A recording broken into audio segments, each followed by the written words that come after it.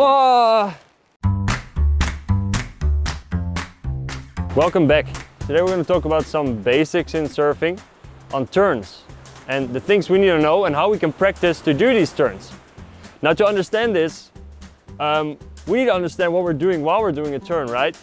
Because basically what we're doing, we got all these things, right? We talk about compression, extension, talk about rotation, leaning in over your rail. So basically what we're doing is we're nursing the board into a position. For example, this is the water right here. We're gonna do a turn, so we are nursing the board into a position where the water interacts with the fins and the rail, and these grounding forces send the board towards the direction. And we as a surfer, we are dealing with this and coping with this with rotation, compression, extension, and being able to lean in over your rail. In this video, we're going to talk about rotation in specific.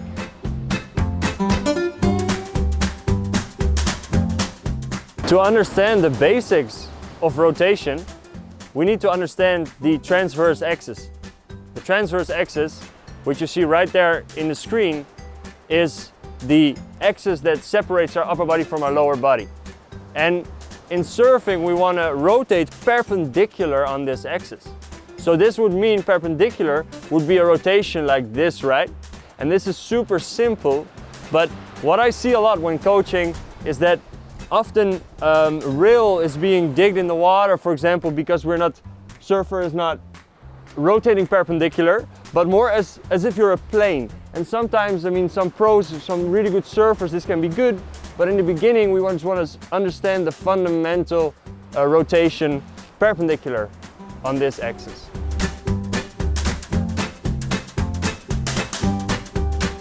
It is a common mistake when we're surfing and when we're starting a turn, for example, on the front side, going up the wave, going into this rotation to compensate your back arm for balance, or to compensate your front arm for balance.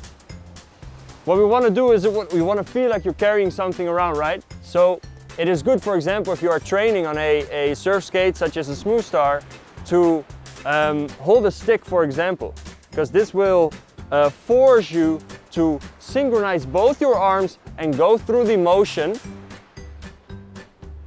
equally.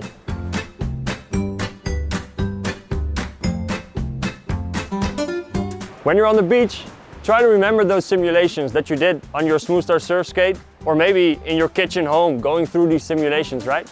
Remember them and practice in the water. Drill it a bit. See you out there. Cheers.